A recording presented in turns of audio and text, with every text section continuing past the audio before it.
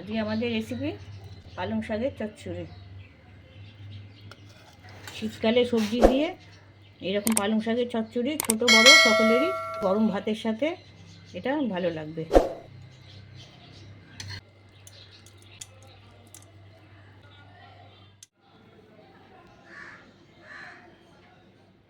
আজকে করছি শীতের সবজি দিয়ে পালং শাক চচ্চড়ি।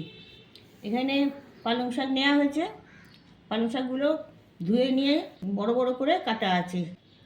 এছাড়া লাগছে ডুমো করে কাটা আলু কাটা আছে, কিছু কচি শিম 7-8টা, মূলো ডুমো করে কাটা, আর একটা বেগুন কাটা আছে। মূলোতে কিছু কচি শাক ছিল, সেগুলো কেটে দিয়ে দিচ্ছি। কড়াই 2 চামচ সাদা তেল দিয়ে দিচ্ছি। নিরামিষ তরকারিতে কিছু বড়ি দিলে ভালো হয়, তাই আমি কিছু বড়ি ভেজে নিচ্ছি। বড়ির বদলে কড়াইশুঁটিও দেওয়া যেতে পারে। এতে আমি 2 চামচ আরও সর্ষের তেল দিয়ে দিচ্ছি। তেলটা গরম হয়ে গেছে, আমি আলুগুলো ভেজে নিচ্ছি। একটু লালচে করে ভাজবো। আলুগুলো হালকা লাল হয়ে গেছে, আমি এবার মূলোগুলো দিয়ে দিচ্ছি।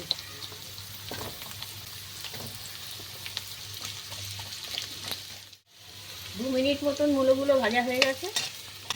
এবার একটু বেগুনটা আর শিমটা আমি দিয়ে দিচ্ছি। এগুলো একটু শক্ত সবজি বলে ওই জন্য আগে ভেজে নিলাম।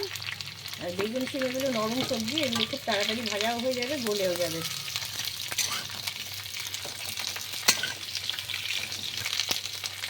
মিনিট ভাজা হয়ে গেছে, আমি এবার একটু সাইড করে নিচ্ছি।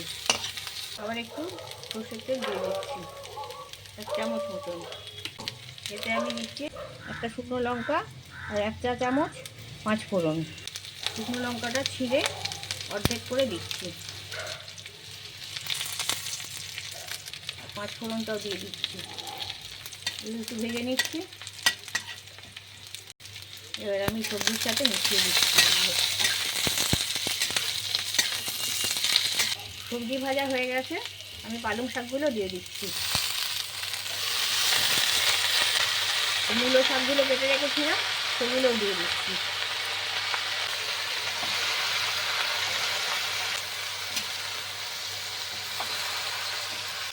শাকগুলো আমি ভালো করে ভেজে নেব। পালং শাকে প্রচুর পরিমাণে ভিটামিন সি আছে, তাছাড়া আয়রন, ক্যালসিয়াম, ম্যাগনেসিয়াম থাকে, যেটা শরীরের পক্ষে খুব ভালো। 1 মিনিট মতন ভাজা হয়ে গেছে, এগুলো নরমও হয়ে গেছে। একটুখানি এগুলো মিক্স করে নিচ্ছি। পালং শাকে প্রচুর জল বেরোয়। এবার আমি এতে দিচ্ছি 2 টেবিল চামচ চিনি, পরিমাণ মতো নুন আর 1 চা চামচ হলুদ। এগুলো দিয়ে দিচ্ছি। শাকে খুব বেশি নুনটা প্রথমেই দিতে নেই, বেশি নুন লাগে না শাকে, টেস্ট করে শেষকালে একটু দিলেই হয়। এবার যে বড়িগুলো ভেজে রেখেছিলাম সেটা দিয়ে দিচ্ছি।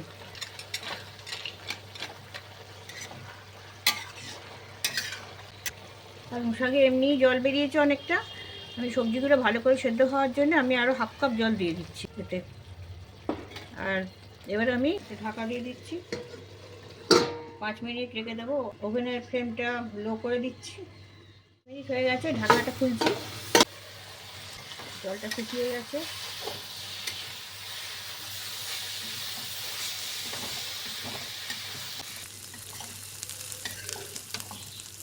সবজি সব জল শুকিয়ে গেছে আর তেলও ছেড়ে দিয়েছে।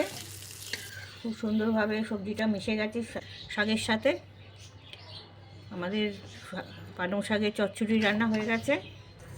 এবার আমি উপর থেকে কিছু বড়ি মুড়িয়ে রেখেছি, সেগুলো ছড়িয়ে দিচ্ছি।